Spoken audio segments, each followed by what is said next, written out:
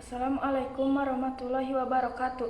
Saya Helsi Herlinda. Dalam pembelajaran sesi kali ini saya akan menjelaskan materi tentang CAPM atau yang disebut Capital Asset Pricing Model berdasarkan buku Portofolio dan Analisis Investasi.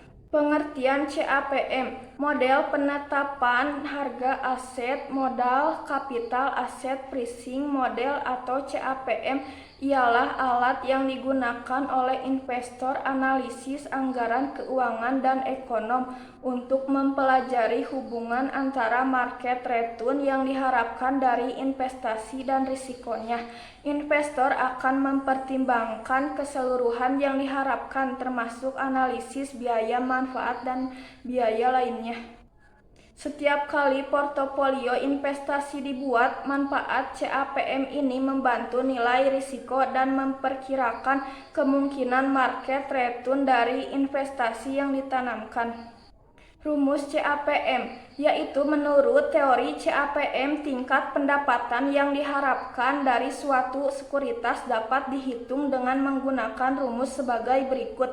Ekspektasi return sama dengan cost of equity sama dengan RF tambah FAM dikurangi RF, di mana ERI sama dengan tingkat pendapatan yang diharapkan dari sekuritas yang mengandung risiko. RF sama dengan tingkat pendapatan bebas risiko. EARF sama dengan tingkat pendapatan yang diharapkan dari portofolio pasar.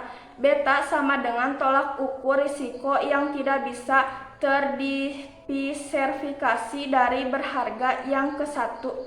Asumsi-asumsi yang mencari standar CAPM. Asumsi pertama ialah tidak ada biaya transaksi. Jika ada biaya transaksi, maka pengembalian dari aset lainnya bisa menjadi fungsi dari apakah investor mulai memilikinya sebelum periode pengambilan keputusan. Asumsi kedua ialah aset terbagi dalam jumlah yang tak terhingga. Ini berarti investor dapat mengambil posisi tanpa memperdulikan ukuran dari kekayaan masing-masing. Asumsi yang ketiga ialah tidak ada pajak pendapatan personal.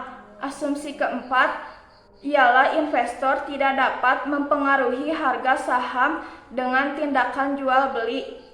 Ini sejalan dengan asumsi persaingan sempurna. Selanjutnya, asumsi kelima ialah investor diharapkan untuk membuat keputusan dari segi return atas portofolio investasi mereka. Asumsi keenam, cost sell tak terbatas.